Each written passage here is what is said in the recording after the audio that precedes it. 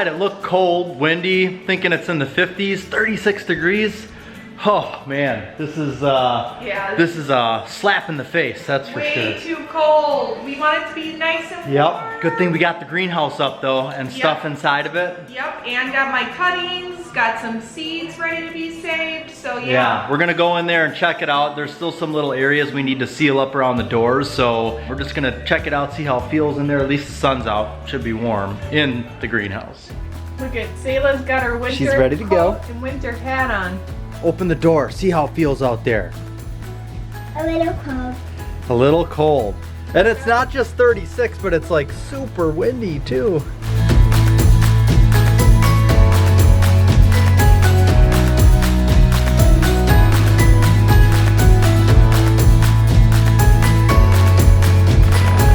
Well, it's not too bad in here, but we're gonna have to bring in some heaters. Yeah.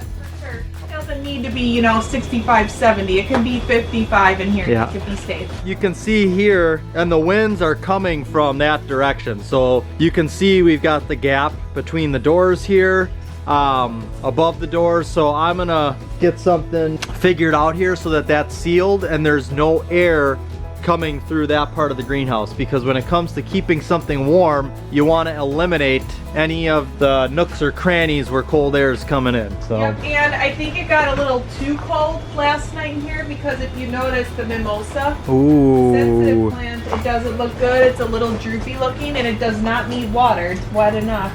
But it's like, this is more of a true tropical that loves it hot and it does not look good. So today the girls are going to be taking some more seeds off of the cobs. We just take the seeds off and put them in a bowl. We let them sit in the house for a couple days. And then we put them in a paper bag and store them in the basement all winter long for our ornamental cornfield next year. We pick quite a few cobs just for seed saving. That way we get an assortment. You can keep your varieties separate, but we like to cross ours for fun colors. This year we did 2 different varieties of ornamental corn. We did the earth tone stent and oxycontin green, and we planted them near each other so they would cross, and they sure did, and they're gorgeous. You can see all of these colors. They went from dark chocolate color all the way to the reds, the violets, and pastels, to a combination of fall colors there, like harvest colors. Just absolutely gorgeous.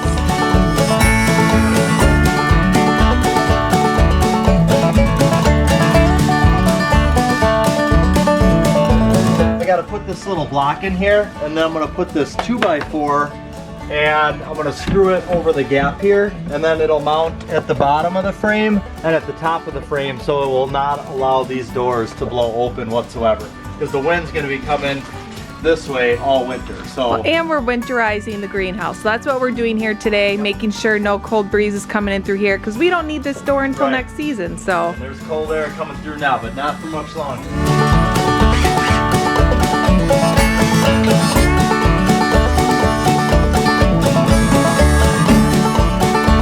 So this is just covering the, there's an opening here. This big fan's gonna get mounted into that opening, and when the heat is on in here, it's an exhaust fan, so it'll take that air and move it outside. Well, I moved the table in, and as soon as I moved it in, the girls wanted to go in the house. I'm like, come on! It looks nice in here though. Yeah, I love the table in here, so we'll just keep moving a little bit of furniture in here, because we want to make it kind of like an outdoor living space during our cold months. It's so warm in the greenhouse, girls. I put the picnic table in there for us to sit. And this is some licorice. Yeah. What are you making? Dominoes. I just got 2 more. Ready? Selah, stop moving. Cool! Good job!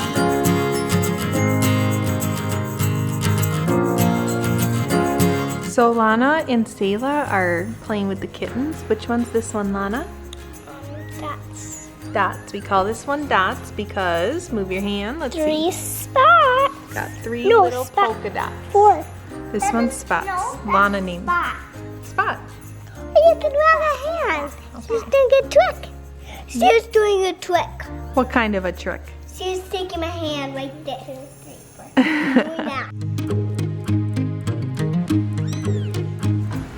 really enjoying our little kittens. They've been staying in the house and it's been more comfortable for Fuzzy and it's cleaner for them than the garage. So they've been treated like royalty. They have, yep. Fuzzy too.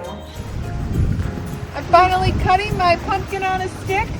I've been waiting for this all season, and if you can see, I've got some over here, and you can put them in vases or put a ribbon around them pretty. You can use them in wreaths, whatever you want to use them for, but these are actually an eggplant, and when you leave them on there and let them get orange like that, that's when they become ornamental. So because there's still green leaves and greenery on it, in order to get just that stalk, I'm just going through and cutting off any of the green leaves and growths on there to make it just more of like a black stick with the orange pumpkins. And then that's how you get pumpkin on a stick.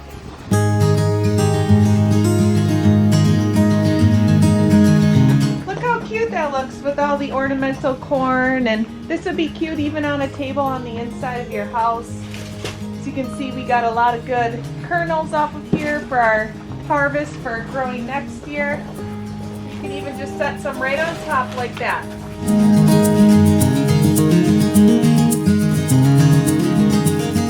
The number one thing that I always seed save is my Victoria Blue Salvia. You want to focus on the blossoms that are already done and starting to dry off. So what I do is I just take this off and I just put it in a little container or whatever you want to put it in. I leave it for a couple days. I store it in our bedroom because in our bedroom it's dark and dry in there. I go ahead and I remove all of those seeds on the inside there. There's a lot of seeds in there. And then I bottle them up for next year. Right now I'm just going to show you what I did. About a week ago already, I took cuttings of different varieties that I love and that I want to grow in the greenhouse and duplicate for my garden next year. So what I did was right over here. So you just come in on the tip. It's just like I showed you guys before on how I pinch a coleus. So you just take that very tip of the coleus off right here. So that way you have the top of that plant there. And then I'll show you what I do with that once we go inside.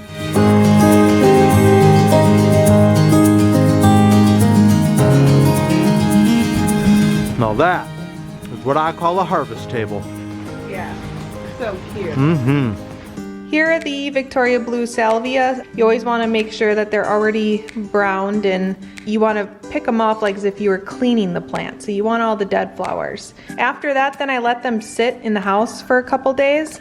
If they've been rained on or anything, this allows them to dry a little bit. It helps remove the seeds a lot better. So we're going to go ahead and just open those up.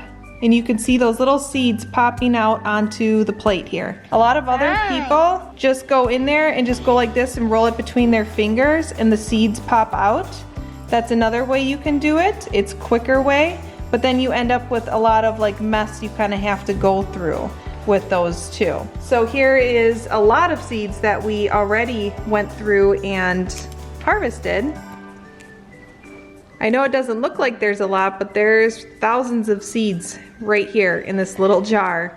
And then I go ahead and I label them on the bottom with painter's tape. So then that way we know what it is, and we've got our Victoria Blue Salvia seeds for next season.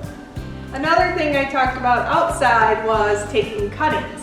So I have these trays here. These trays we get on, you can get them on like Growers Supply or on Amazon or wherever, but I love these trays because they hold 128 plants. So what I do first is I fill them with soil. I use either a germination mix or a potting mix. I fill it to the top, and then what I do is I go ahead and I water the tray through with just the soil in it until it's dripping through the drainage holes on the bottom. So on the bottom here there's drainage holes, which you always want to make sure to have.